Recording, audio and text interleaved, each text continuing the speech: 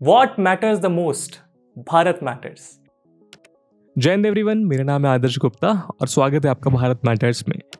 2024 Indian democracy के लिए एक इम्पॉर्टेंट ईयर होने वाला है, क्योंकि आज से लगभग एक साल बाद एक बार फिर दुनिया के सबसे बड़े लोकतंत्र में चुनावी महाकुंभ का आगाज होगा और एक बार फिर देश के वोटर्स ईवीएम का बटन दबाकर देश के भविष्य का फैसला करेंगे। लेकिन अगले साल होने वाले चुनाव के बहुत पहले से ही एक प्रश्न लगातार न्यूज रूम की पॉलिटिकल डिबेट से लेकर ड्राइंग रूम तक की टी डिस्कशंस तक का हिस्सा बना हुआ है, और वो ये है कि अगला पीएम कौन हो सकता है। हालांकि बीजेपी की स्ट्रांग प्रेजेंस और पीएम मोदी की मास अपील के चलते इस प्रश्न के उठते ही एक बड़े सेक्शन ऑफ सोसाइटी द्वारा पीएम मोदी का नाम सामने रख दिया जाता है। तो वहीं एक सेक्शन ऑफ सोसाइटी बदलाव की बात करता दिखाई देता है, और कभी कांग्रेस को बीजेपी का रिप्लेसमेंट बताया जाता है, तो कभी एक नया थर्ड फ्रंट बनाने के बारे में भी चर्चाएं होती हैं। ऐसे में अलग अलग चेहरों को नेक्स्ट पीएम के तौर पर प्रेजेंट किया जाता है। इसमें कभी कांग्रेस के शीर्ष पर बैठे राहुल गांधी का नाम सामने आता है, तो कभी तेजी से आगे बढ़ती आपके सर्वे सर्वा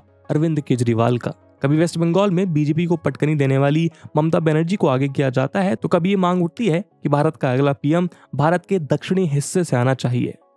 लेकिन इन सभी चेहरों के बीच एक चेहरा ऐसा भी है जिसके बारे में भले ही मेन स्ट्रीम मीडिया में बहुत चर्चाएं ना होती हों और ना ही वो खुद नेशनल पॉलिटिक्स के डिस्कशन में एक्टिवली पार्टिसिपेट करते देखे जाते हों, मगर फिर भी ये उनका पॉलिटिकल एक्यूमेन और आइडियल्स पर बेस्ड एफिशिएंट गवर्नेंस का ही कमाल है कि राजनीति में उनके सामने विपक्ष तो खड़ा दिखाई देता है, लेकिन कोई परस्पर विरोधी दिखाई नहीं देता। जी हाँ, यहाँ हम बात कर रहे हैं मॉडर्न पॉलिटिक्स के अजात शत्रु, यानी the one who is without enemies माने जाने वाले उड़ीसा के सीएम नवीन पटनायक की। वही नवीन पटनायक जो उड़ीसा की गद्दी पर बीते 23 साल से स्थापित हैं। यही कारण है कि 21st सेंचुरी में नवीन पटनायक और उड़ीसा एक दूसरे के सिनोनिम यानी समानार्थी शब्द से बन गए हैं। यही कारण है कि आज बीजेपी को टक्कर देने के लिए बनाए जा रहे समीकरणों में भी इनका नाम भारत के अगले पीएम के रूप में प्रस्तावित यानी प्रपोज किया जाने लगा है। भले यह वर्ग छोटा हो, लेकिन इस वर्ग के तर्क काफी स्ट्रांग हैं। और ऐसा हो भी क्यों ना, आफ्टर ऑल नवीन पटनायक ही वो आदमी हैं जिन्होंने आज तक कोई इलेक्शन नहीं हारा, और उनकी पार्टी बीजू जनता दल ने भी जो इलेक्शन लड़ा उसमें अपनी जीत दर्ज की। तो चलिए आज हम इसके बारे में चर्चा करते हैं और जानने का प्रयास करते हैं कि can Naveen Patnaik be the next PM of India, and if not then why not, if yes then how, and if not then why not. यूं नवीन पटनायक के पिता बिजू पटनायक उड़ीसा के पूर्व सीएम और नेशनल पॉलिटिक्स का एक जाना माना चेहरा थे, लेकिन नवीन खुद हमेशा से राजनीति से दूर ही रहे। ऐसे में जब अपने पिता की मृत्यु के बाद नवीन ने राजनीति में अपना कदम रखा, तो उस समय तक वो एक convent educated US return youngster से अधिक कुछ नहीं थे, जो यूं तो उस समय तक 3 नॉन फिक्शन बुक लिख चुके थे। लेकिन पॉलिटिकल एक्सपर्ट्स की माने तो वो अपने पिता की पॉलिटिकल लेगेसी को आगे बढ़ाने में बिल्कुल इच्छुक नहीं थे। हालांकि हम आपको बता दें कि ये वही नवीन पटनायक हैं जो उड़ीसा लैंग्वेज लिखना, पढ़ना और बोलना तक नहीं जानते थे, बल्कि आज उड़ीसा के सीएम के तौर पर 5 टर्म पूरा कर लेने के बाद भी वो अपने भाषण को उड़िया भाषा में देते हैं, लेकिन वो उनके लिए रोमन इंग्लिश स्क्रिप्ट में लिखे जाते हैं, जिन्हें पढ़कर ही वो अपना भाषण दे पाते हैं। यही कारण है कि इसे लेकर हमेशा से उनके विरोधी उन पर उंगलियां उठाते आए हैं, मगर फिर भी बीते 26 साल से राजनीति में और 23 साल से उड़ीसा की राजनीतिक जमीन पर नवीन पटनायक ने अपने पैर अंगद की तरह जमा कर रखे हैं, जिसे लाख चाहने पर भी कोई हिला नहीं पा रहा। ऐसे में उनकी इस पॉलिटिकल जर्नी को ब्रीफ में समझना जरूरी हो जाता है। मगर उड़ीसा की स्टेट पॉलिटिक्स में नवीन पटनायक की हिस्ट्री ट्रेस करने से पहले हम अपनी कहानी में 30 साल पीछे चलते हैं, क्योंकि नवीन पटनायक का इंडियन पॉलिटिक्स में पहला डेब्यू तब हुआ जब अप्रैल 1997 में पिता की मौत के बाद जनता दल के टिकट पर अपने पिता की ही आसिका लोकसभा सीट से हुए इलेक्शन में नवीन पटनायक अपने डेब्यू इलेक्शन में जीतकर इंडियन पार्लियामेंट में जा पहुंचे, जहां वो कुछ महीनों तक इंद्र कुमार गुजराल सरकार का हिस्सा बने रहे। लेकिन उनका ये छोटा सा टेन्योर भी उथल पुथल से भरा रहा। असल में जब भी नवीन पटनायक की शुरुआत हुई थी तब वो जनता दल का हिस्सा थे, लेकिन जल्द ही सेंट्रल गवर्नमेंट में कांग्रेस और बीजेपी के बीच किसी एक को चुनने की जद्दोजहद में जनता दल में विवाद शुरू हो गए। नतीजा ये हुआ कि नवीन पटनायक ने अपने पिता के लॉयलिस्ट माने जाने वाले दिलीप रे और बीजेपी के प्रमोद महाजन की सलाह पर दिसंबर 1997 में जनता दल से अलग होकर अपने पिता के नाम पर ही बिजू जनता दल का निर्माण किया। उनकी इस पार्टी में जनता दल के बहुत से पुराने मेंबर्स के साथ साथ उनके पिता के पुराने सहयोगी बिजोय मोहपात्रा ने भी भरपूर सहयोग दिया। कहा जाता है कि अपने पॉलिटिकल करियर की शुरुआत में नवीन ने राजनीतिक बारीकियां मोहपात्रा और दिलीप रे से ही सीखी और अपनी इस नई पार्टी के अंडर वो बीजेपी के सेंट्रल गवर्नमेंट का हिस्सा रहे और सेंट्रल में मिनिस्टर की पोस्ट भी संभाली। मगर वो सेंट्रल मिनिस्ट्री संभालने के बजाय उड़ीसा की गिरती स्थिति को संभालना चाहते थे। ऐसे में उन्होंने 2000 में बीजेडी और बीजेपी अलायंस में पहली बार उड़ीसा स्टेट इलेक्शंस में कदम रखा और अपने पहले ही इलेक्शन में बीजेडी ने 147 सीट वाली उड़ीसा लेजिस्लेटिव असेंबली में 84 सीट्स और 51% से ज्यादा वोट शेयर हासिल किया, जबकि उसकी सहयोगी बीजेपी ने 38 सीट्स और 42.8% वोट शेयर। वहीं नवीन पटनायक को भी अपने पहले स्टेट इलेक्शन में 65% से ज्यादा वोट्स मिले। ऐसे में उड़ीसा से कांग्रेस की सरकार का तख्ता पलट करके बीजेडी की सरकार बनी और उड़ीसा की गद्दी पर बैठे नवीन पटनायक, जो तब से लेकर आज तक वहीं स्थापित हैं। हालांकि 2 स्टेट इलेक्शंस तक साथ लड़े बीजेडी बीजेपी अलायंस 2009 के बाद से ही न सिर्फ अलायंस से बाहर हैं, बल्कि बीते कुछ सालों से राज्यसभा में एक दूसरे के कट्टर ओपोनेंट्स भी हैं। लेकिन फिर भी सन 2000 से लेकर आज तक उड़ीसा में नवीन पटनायक ज्यों के त्यों बने हुए हैं, जबकि उनकी पार्टी बीजेडी 2004 का स्टेट इलेक्शन छोड़कर हर बार क्लियर मेजॉरिटी लेकर असेंबली में पहुंची है। जनरल इलेक्शंस में भी नवीन पटनायक की लीडरशिप के अंडर बीजेडी लगातार 50% से ज्यादा सीट्स अपने नाम करती आई है। बल्कि 2014 के इलेक्शन में 21 लोकसभा सीट्स वाले उड़ीसा के 20 सीट्स बीजेडी की ही नाम थी। यही कारण है कि अगर आप इस लिस्ट पर नजर डालें तो आप पाएंगे कि नवीन पटनायक भारत के लॉन्गेस्ट सर्विंग सीएम की लिस्ट में 3rd नंबर पर आते हैं, जिसमें वो अपना करंट टर्म पूरा करने के बाद 2nd रैंक पर आ जाएंगे। यही नहीं, अगर उनकी पार्टी बीजू जनता दल अगले साल होने वाले उड़ीसा स्टेट असेंबली इलेक्शन में जीत जाती है तो नवीन पटनायक देश के लॉन्गेस्ट सर्विंग सीएम भी बन सकते हैं। लेकिन 5 कॉन्जिक्यूटिव टर्म्स के बाद भी उनकी पॉपुलैरिटी ऐसी रही है कि अपने पहले इलेक्शन से लेकर आज तक नवीन पटनायक 5 असेंबली इलेक्शंस में हमेशा एक तरफा रहे मुकाबलों में ऐतिहासिक जीत दर्ज करते आए हैं। अब ऐसे में आपके मन में ये प्रश्न जरूर उठ रहा होगा कि आखिर नवीन पटनायक की राजनीति में ऐसा भी क्या है कि इतने साल बीत जाने के बाद भी उड़ीसा की जनता लगातार उन्हें चुनती चली जा रही है। तो चलिए अब हम इस पहेली को भी समझ लेते हैं। लेकिन अपनी इस कहानी में आगे बढ़ने से पहले हम आपका परिचय लेट 1990s के उड़ीसा से करवाते हैं। दोस्तों, उड़ीसा काडर के एक retired senior IAS R Balakrishnan अपनी एक किताब में लिखते हैं, Orissa was in darkness when the world was celebrating the dawn of a new millennium in 2000। यानी जब सारी दुनिया सन 2000 में नए मिलेनियम के आगाज को सेलिब्रेट कर रही थी, तब उड़ीसा अंधकार में डूबा हुआ था। और ऐसा इसलिए था क्योंकि 1999 का साल खत्म होते होते उड़ीसा आज तक का सबसे भीषण सुपर साइक्लोन की मार झेल रहा था। पारादीप साइक्लोन और ब्लैक फ्राइडे जैसे नामों से कुख्यात इस सुपर साइक्लोन से लगभग पूरे उड़ीसा को उजाड़ दिया गया था। ये साइक्लोन लाखों लोगों के घर, पूरे स्टेट का power transmission system, 13 lakh hectares of paddy crop, 1.76 lakh hectares of vegetables के साथ साथ लाखों कैटल एनिमल्स और पोल्ट्री को तबाह कर गया। साथ ही इसमें 10,000 से ज्यादा लोगों को अपनी जान से हाथ भी धोना पड़ा। और यही नहीं, इसके ठीक 1 साल पहले साउथ वेस्ट उड़ीसा के कालाहांडी डिस्ट्रिक्ट का वो काला सच भी दुनिया के सामने आ गया था, जब स्टारवेशन की वजह से यहाँ पर बच्चों को बेचा जाना आम बात थी। जी हाँ, यहाँ के लोग चने और चावल के बदले अपने बच्चों को बेचने पर मजबूर थे। उसी साल आरबीआई के डेटा के अनुसार उड़ीसा भारत का सबसे गरीब राज्य था और ऐसे समय में उड़ीसा की राजनीति में कदम रखा नवीन पटनायक ने, जिस वजह से 21st सेंचुरी के उड़ीसा को यदि हम नवीन पटनायक का उड़ीसा कहें तो इसमें अतिशयोक्ति या एग्जैजरेशन नहीं होगा। और ये पॉसिबल हो पाया है नवीन पटनायक की clean public image, simple lifestyle और उड़ीसा की जनता के लिए उनके द्वारा चलाई जा रही ढेरों वेलफेयर स्कीम्स की वजह से। पटनायक गवर्नमेंट के ये सभी स्कीम्स खासतौर पर विमेन,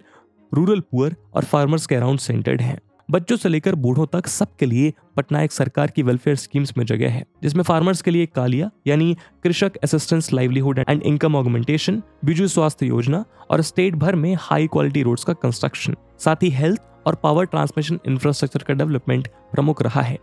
जिनमें से खासतौर पर बिजू स्वास्थ्य कल्याण योजना और मैटरनिटी स्कीम्स को तो डेटा और रिसीव्ड बेनिफिट्स के आधार पर सेंट्रल गवर्नमेंट की फ्लैगशिप हेल्थ बेनिफिट स्कीम से भी बेहतर बताया जाता है। यही नहीं, राज्य की महिलाओं को आत्मनिर्भर बनाने के लिए पटनायक गवर्नमेंट ने खासतौर पर women centric self help groups को प्रमोट किया, जिसने एक ऐसे सोशल रिवॉल्यूशन को जन्म दिया जिसकी वजह से आज उड़ीसा में 6 लाख से ज्यादा विमेन सेल्फ हेल्प ग्रुप्स मौजूद हैं, जिसके लिए 2001 में ही उड़ीसा गवर्नमेंट ने मिशन शक्ति लॉन्च कर दिया था, जो अपने आप में नवीन पटनायक के विजन और पीपल सेंट्रिक पॉलिटिक्स को एस्टैब्लिश करने के लिए काफी है। साथ ही जहां एक और नवीन पटनायक के पिताजी बिजू पटनायक के कार्यकाल में उड़ीसा वो पहला राज्य बना जहां पंचायत में विमेन के लिए 33% रिजर्वेशन इंश्योर किया गया, तो वहीं नवीन पटनायक ने अपने टेन्योर में से बढ़ाकर 50% कर दिया। यही कारण है कि वीकर सेक्शन और विमेन के बीच नवीन पटनायक की पॉपुलैरिटी अनपैरेलल्ड है। और हो भी क्यों ना, ये नवीन पटनायक का डेवलपमेंट सेंट्रिक मॉडल ही था, जिसकी वजह से 2018 तक उड़ीसा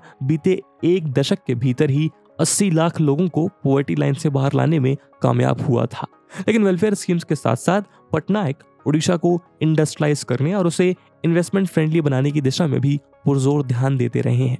और उनकी इसी अप्रोच से बीते 2 दशक में उड़ीसा में पॉवर्टी लेवल 25% तक कम हुआ है, जो प्रोग्रेस भारत के किसी भी दूसरे राज्य के कंपैरिजन में सबसे ज्यादा है। दूसरी, पटनायक की क्लीन इमेज उनके खुद के कंडक्ट की वजह से कंसिस्टेंटली बिल्ड होती रही है। आफ्टर ऑल 2001 में, यानी उड़ीसा में अपनी स्टेट गवर्नमेंट स्टैब्लिश करने के 1 साल के भीतर ही नवीन पटनायक ने अपने 3 कैबिनेट मिनिस्टर को करप्शन चार्जेस की वजह से निकाल बाहर किया था, और तभी से उनका करप्शन के अगेंस्ट हाई हैंडेड अप्रोच देखने को मिलता है। साथ ही अपने पार्टी के अंदर डिसिप्लिन को लेकर पटनायक खुद लोगों पर नजर रखते हैं। वहीं उनके गवर्नेंस की एफिशिएंसी का अंदाजा हम इस बात से लगा सकते हैं कि एक समय में साइक्लोन्स जैसे नेचुरल कैलेमिटीज से हर साल तबाह हो जाने वाले उड़ीसा की डिजास्टर प्रिपेयर्डनेस को लेकर ग्लोबल लेवल पर यूएन ऑर्गेनाइजेशंस द्वारा तारीफ हो रही है। एक समय भुखमरी से जूझने वाला उड़ीसा आज वर्ल्ड हॉकी टूर्नामेंट जैसे ग्लोबल इवेंट्स भी खुद ऑर्गेनाइज करा रहा है। हालांकि अपने लंबे कार्यकाल में नवीन पटनायक की गवर्नमेंट और उनके पार्टी मेंबर्स पर भी 2014 में हुए चिट फंड स्कैम के दौरान करप्शन एलिगेशंस लगाए गए थे, लेकिन इसके बीच भी उनकी पब्लिक इमेज एक ऑनेस्ट एंड सिंसियर पॉलिटिशियन की ही बनी रही। मगर पटनायक केवल अपने people centric governance, development model और क्लीन इमेज के लिए नहीं जाने जाते, बल्कि नेशनल पॉलिटिक्स में भी उनका एक अलग स्थान है, जिसमें उन्होंने एग्जाम्पल के साथ बाकी स्टेट के लीडर्स को भी रास्ता दिखाने का काम किया है। तो अगर आप गौर करें तो इंडिया के पीएम के रूप में देखे जा रहे चेहरों जैसे लंबे समय से दिल्ली के सीएम अरविंद केजरीवाल, वेस्ट बंगाल के सीएम ममता बनर्जी, बिहार के सीएम नीतीश कुमार, तेलंगाना के सीएम के चंद्रशेखर राव इत्यादि में एक बात कॉमन है। ये सभी ऐसे डायनेमिक लीडर्स हैं जिन्हें उनकी राज्य की जनता बार बार चुनकर राजगद्दी सौंप रही है। ऐसे में जाहिर है कि उन्हें पॉपुलर सपोर्ट प्राप्त है और उनकी पॉलिसीज को लोग सपोर्ट करते हैं। वहीं दिल्ली और तेलंगाना जैसे राज्य लगातार अपने डेवलपमेंट मॉडल्स और आउट ऑफ बॉक्स थिंकिंग की वजह से भी लाइमलाइट में बने रहते हैं। मगर इन सभी चेहरों से नवीन पटनायक की राजनीति और काम करने का तरीका थोड़ा अलग है। मतलब ये बात सही है कि इन्हीं की तरह नवीन पटनायक को भी अपने राज्य में पॉपुलर सपोर्ट प्राप्त है, और शायद इनसे भी ज्यादा, क्योंकि वो अब तक 5 बार लगातार सीएम बन चुके हैं। साथ ही जैसा हमने देखा कि उड़ीसा को उसकी दयनीय स्थिति से बाहर निकालने में भी नवीन पटनायक ने एक की रोल प्ले किया। ऐसे में उनका डेवलपमेंट मॉडल को किसी सर्टिफिकेशन की जरूरत नहीं है, लेकिन नेशनल पॉलिटिक्स में नवीन पटनायक का पार्टिसिपेट करने का तरीका इन सबसे एकदम अलग है, जिसका एक एग्जाम्पल हमें 2021 में आए साइक्लोन यास के दौरान देखने को मिला। जो प्राइम मिनिस्टर नरेंद्र मोदी के साथ इस साइक्लोन के चलते ओडिशा में हुए डैमेजेस की रिकॉर्डिंग हो रही रिव्यू मीटिंग के दौरान नवीन पटनायक ने अपनी तरह की एक नई मिसाल पेश की। उन्होंने जनरल ट्रेडिशंस को तोड़ते हुए इस डिजास्टर में हुए डैमेजेस को कॉम्पनसेट करने के लिए किसी भी तरह की सेंट्रल असिस्टेंस की डिमांड करने से मना कर दिया। इस दौरान उनका कहना था कि जब देश कोविड से जूझ रहा है और सेंट्रल लीडरशिप ऑलरेडी उससे लड़ने के लिए फाइनेंशियल प्रेशर में है, तो ऐसी स्थिति में वो सेंट्रल पर इस डिजास्टर को कॉम्पनसेट करने का एडेड बर्डन इम्पोज नहीं करना चाहते, बल्कि वो इस आपदा से हुए नुकसान की भरपाई खुद ही करने की कोशिश करेंगे। इसके बजाय नवीन पटनायक ने सेंट्रल से साइक्लोन रेजिलिएंट पावर सिस्टम और स्टेट की 480 किलोमीटर लॉन्ग कोस्टलाइन के एम्बैंकमेंट को बिल्ड करने के लिए लॉन्ग टर्म सपोर्ट की मांग की, ताकि भविष्य में आने वाली किसी भी आपदा के लिए ओडिशा खुद को तैयार कर सके। हालांकि ये बात अलग है कि मदद का वादा करने के साथ साथ अफेक्टेड एरियाज के एरियल सर्वे के बाद पीएम मोदी ने सेंट्रल गवर्नमेंट की जिम्मेदारी समझते हुए उड़ीसा के लिए 500 करोड़ रुपीस का पैकेज अनाउंस कर दिया। लेकिन फिर भी नवीन पटनायक की इस पहल में उनके न्यू ब्रांड ऑफ पॉलिटिक्स को सेंट्रल और स्टेट के बीच कोऑपरेटिव फेडरलिज्म के एक परफेक्ट एग्जाम्पल के रूप में देखा जा सकता है। इसी तरह नवीन पटनायक की सबको साथ लेकर चलने की टेंडेंसी और कैपेबिलिटी हमें कोविड के दौरान भी देखने को मिलती है। जब उन्होंने सेल्फ इनिशिएटिव लेते हुए सभी राज्यों के चीफ मिनिस्टर को लेटर लिखकर ये अपील की थी कि वो कोविड वैक्सीन प्रोक्योर करने के लिए एक कंसेंसस बिल्ड करे जिसमें सेंट्रल गवर्नमेंट एक लीडिंग रोल प्ले करे और स्टेट्स उन्हें सपोर्ट करें। इस बारे में उनका कहना था कि ऐसा करना जरूरी इसलिए भी है क्योंकि कोविड के उस दौर में जब तक सभी स्टेट्स सुरक्षित नहीं हैं तब तक कोई भी सुरक्षित नहीं है। ऐसे में साथ मिलकर चलने में ही सभी सुरक्षित रह सकते हैं। और आपको ये याद दिलाना भी जरूरी है कि ये वो दौर था जब वैक्सीन की शॉर्टेज के बीच सभी स्टेट्स अपने अपने स्टेट्स के लिए वैक्सीन प्रोक्योर करने के लिए ग्लोबल टेंडर्स फ्लोट कर रहे थे, जिसमें एक तरह से ऐसी संकट की घड़ी में ये सभी स्टेट्स एक दूसरे के ही कंपटीशन में खड़े दिखाई दे रहे थे। ऐसे में पटनायक के इस इनिशिएटिव से उनके कंसेंसस बिल्ड करने और देश को एक पॉजिटिव लीडरशिप प्रोवाइड करने की कैपेबिलिटीज भी रिफ्लेक्ट होती हैं, जो भारत जैसे विविधता से भरे देश को लेकर चलाने के लिए सबसे ज्यादा जरूरी है। ऐसे में नवीन पटनायक एक ट्रू नेशनल लीडर के तौर पर खुद को मजबूती से स्थापित करते नजर आते हैं। इसी तरह एक ट्रू लीडर में इनिशिएटिव लेने की कैपेबिलिटी और out of the box thinking सबसे ज्यादा जरूरी है। अगर हम कोविड पैंडेमिक को याद करें तो ओडिशा गवर्नमेंट देश की वो पहली गवर्नमेंट थी जिसने लॉकडाउन की घोषणा की थी। जी हाँ, पीएम मोदी के 21 डे नेशन वाइड लॉकडाउन की घोषणा के 2 दिन पहले ही नवीन पटनायक की ओडिशा गवर्नमेंट ने स्टेट में लॉकडाउन घोषित कर दिया था। उनकी सरकार ने ये कदम जल्द से जल्द कोविड की रोकथाम करने के इरादे से किया था। याद कीजिए, ये वो समय था जब दूसरे राज्यों की सरकारों से लेकर आम जनता द्वारा भी कोविड को लेकर कोई विशेष सावधानी नहीं बरती जा रही थी, लेकिन उस समय भी नवीन पटनायक गवर्नमेंट प्रोएक्टिवली स्टेप्स लेती देखी जा सकती थी। यही कारण है कि तेजी से exclusive Covid hospitals, Covid care centres और रूरल एरियाज में क्वारंटीन फैसिलिटीज स्टैब्लिश करने से लेकर डिसेंट्रलाइज वे में कोविड से लड़ने के लिए गांव के सरपंचों को कलेक्टर्स की पावर प्रोवाइड करने तक नवीन पटनायक ने कई इनोवेटिव स्टेप्स लिए, जिससे गवर्नेंस में उनकी इनोवेटिव अप्रोच साफ दिखी जा सकती है। वही हमारे देश में अक्सर ये प्रश्न उठाए जाते हैं कि हम जेंडर इंक्लूजन के मामले में अभी भी काफी पीछे हैं, और आफ्टर ऑल यही कारण है कि जेंडर इनइक्वालिटी इंडेक्स में भी भारत 122nd रैंक पर खड़ा दिखाई देता है। इसका एक बड़ा कारण ये भी है कि भारत के डेमोक्रेटिक स्ट्रक्चर में विमेन को उनका फेयर शेयर नहीं दिया जाता है, जबकि लंबे समय से इंडियन डेमोक्रेसी में देश में महिलाओं के लिए 33% रिजर्वेशन प्रोवाइड करने की मांग की जा रही है। इसी ओर एक अहम पहल करते हुए नवीन पटनायक ने 2018 में पार्लियामेंट और लेजिस्लेटिव असेंबलीज में 33% विमेन रिजर्वेशन प्रोवाइड किए जाने को लेकर एक रेजोल्यूशन भी पास किया था। साथ ही 2019 जनरल इलेक्शन के पहले ही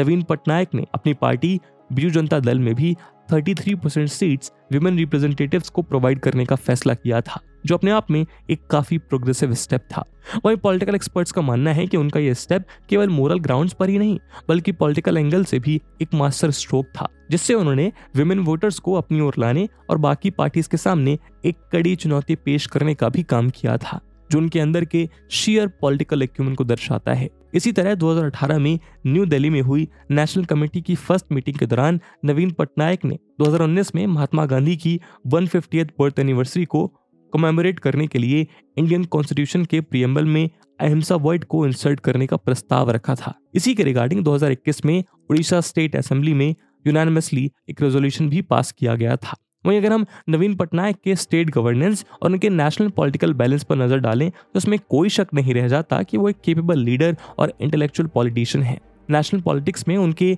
बैलेंस का अंदाजा हम इसी बात से लगा सकते हैं कि उनके उड़ीसा के मुख्यमंत्री पद पर रहते हुए सेंट्रल में यूपीए गवर्नमेंट और फिर एनडीए गवर्नमेंट ने 2 बैक टू बैक टेन्योर्स पूरे किए, मगर इस बीच ना तो उनका कोई विवाद या centre state conflict UPA government के दौरान सामने आया और ना ही एनडीए गवर्नमेंट के दौरान। यहाँ ध्यान देने वाली बात यह है कि Patnaik Vajpayee led BJP government में union minister for steel and mines हुआ करते थे। साथ ही नवीन पटनायक की बीजेडी और बीजेपी ने 1998, 1999 और 2004 के 3 लोकसभा पोल्स और 2000 और 2004 के 2 ओडिशा असेंबली इलेक्शंस मिलकर लड़े थे। लेकिन सीट्स के डिवीजन को लेकर पैदा हुए विवाद की वजह से 2009 के जनरल इलेक्शन के पहले न केवल बीजेडी ने बीजेपी का दामन छोड़ दिया, बल्कि इसके पहले ही नवीन पटनायक ने बीजेपी के राइटिस्ट और हिंदुत्व बेस्ड पॉलिटिक्स से खुद को अलग करते हुए ये ऐलान करते हुए कहा कि उनकी बॉडी की हर बोन सेकुलर है, जिसके बाद से ही नवीन पटनायक लगातार यूपीए और एनडीए के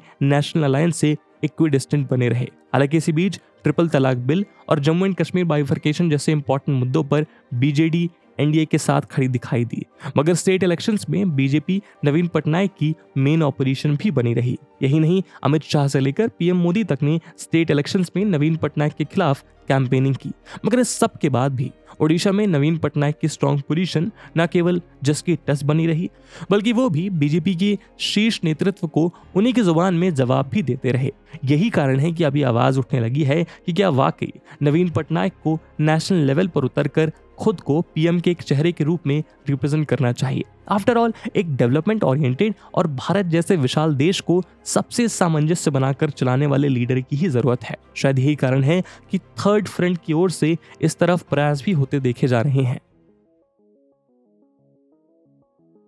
तो बीते कुछ साल में Congress party PM Modi led BJP को टक्कर देने में विफल होती देखी जा रही है, जिसके चलते स्टेट इलेक्शन से लेकर जनरल इलेक्शंस में भी अब अन्य पार्टियां कांग्रेस के साथ मिलकर पहले की तरह यूपीए के अंडर में उतरने के बजाय एक थर्ड फ्रंट को स्टैब्लिश करने की बात करती हैं, जिससे अलग अलग रीजनल और स्टेट पार्टीज मिलकर बीजेपी को टक्कर दे सकें।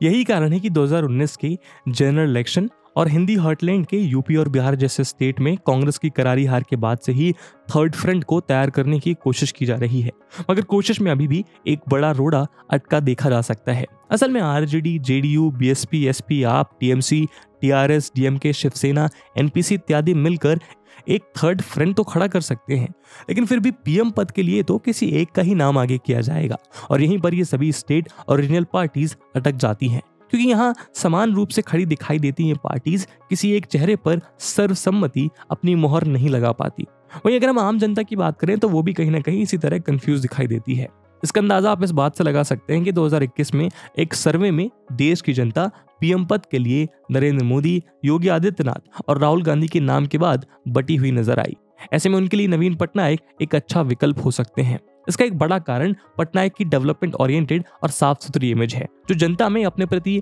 विश्वास जगाने का काम कर सकती है, क्योंकि उन्होंने अपने गवर्नेंस स्किल से लेकर विजनरी अप्रोच तक 2 दशक से ज्यादा समय तक जनता की कसौटी पर खुद को परखा है। साथ ही उड़ीसा के सीएम पटनायक इंडिया के नॉर्दर्न वर्सेस सदर्न रीजन की पॉलिटिकल डिबेट के लिहाज से भी कहीं बीच में खड़े नजर आते हैं। ऐसे में यदि वो थर्ड फ्रंट के साथ खड़े होते हैं तो ये भारत को एक स्ट्रॉन्ग पॉलिटिकल ऑल्टरनेटिव प्रोवाइड कर सकता है। शायद यही कारण है कि कुछ समय पहले ही जेडीयू हेड और बिहार के सीएम नीतीश कुमार ने उनसे मुलाकात की। इसके बाद से ही इस बात को लेकर सुगबुगाहट शुरू हो गई थी कि शायद जल्द ही नवीन पटनायक थर्ड फ्रंट में शामिल हो सकते हैं, मगर हाल ही में इन सभी कयासों पर खुद ही विराम लगाते हुए उन्होंने किसी भी थर्ड फ्रंट के फॉर्म में होने या खुद के किसी भी दल के साथ होने को सिरे से नकार दिया। साथ ही उन्होंने ये भी साफ कर दिया कि आगामी लोकसभा इलेक्शंस में नवीन पटनायक की बीजेडी अकेले ही चुनाव में खड़ी होगी। ऐसा इसलिए भी है क्योंकि अगर हम वाइडर सेंस में देखें तो नवीन पटनायक और उनकी पार्टी नेशनल लेवल पॉलिटिक्स से दूर उड़ीसा तक ही सीमित बनी रही। इसी बीच वो लगातार ये बात दोहराते रहे हैं कि वो केवल उड़ीसा के 4.5 करोड़ लोगों की सेवा करना चाहते हैं और उन्हें नेशनल पॉलिटिक्स में इन्वॉल्व होने का कोई एम्बिशन नहीं है। मगर इस सब के बाद भी जैसा हमने हमेशा देखा है कि राजनीति में अनिश्चितता बनी रहती है, खासतौर पे तब जब देश के जनरल इलेक्शन को लगभग एक पूरा साल बाकी है। तो हो सकता है कि इस बीच हमें नवीन पटनायक की ओर से एक बड़ा फेर बदल देखने को मिले और हो सकता है कि पीएम मोदी से लोहा लेने के लिए ऑपोजिशन को नवीन पटनायक के रूप में एक सशक्त और सुदृढ़ चेहरा मिले। हालांकि दोस्तों, इस राह में कई सारे चैलेंजेस भी हैं, जैसे आज भी नवीन पटनायक को एक नेशनल लेवल फिगर के तौर पर पैन इंडिया नहीं देखा जाता है, तो कहीं ना कहीं उनकी पॉलिटिकल ब्रांडिंग को एक मास लेवल पे प्रमोट करना पड़ेगा, जो एक काफी बड़ा टास्क है और शायद एक साल में पूरा भी ना हो। हालांकि ये एक पॉलिटिकल एनालिसिस था जहां पे हमने पॉसिबिलिटीज को डिस्कस करा है। आपका इस मुद्दे पे क्या ओपिनियन है कमेंट सेक्शन में जरूर बताइएगा। और इसी डिस्कशन के साथ आज की वीडियो को हम यहीं समाप्त करते हैं। और अगर आपको ये वीडियो पसंद आया है तो अपने दोस्तों के साथ शेयर करना मत भूलिएगा। मिलते हैं अगले वीडियो में, तब तक के लिए जय हिंद, जय भारत।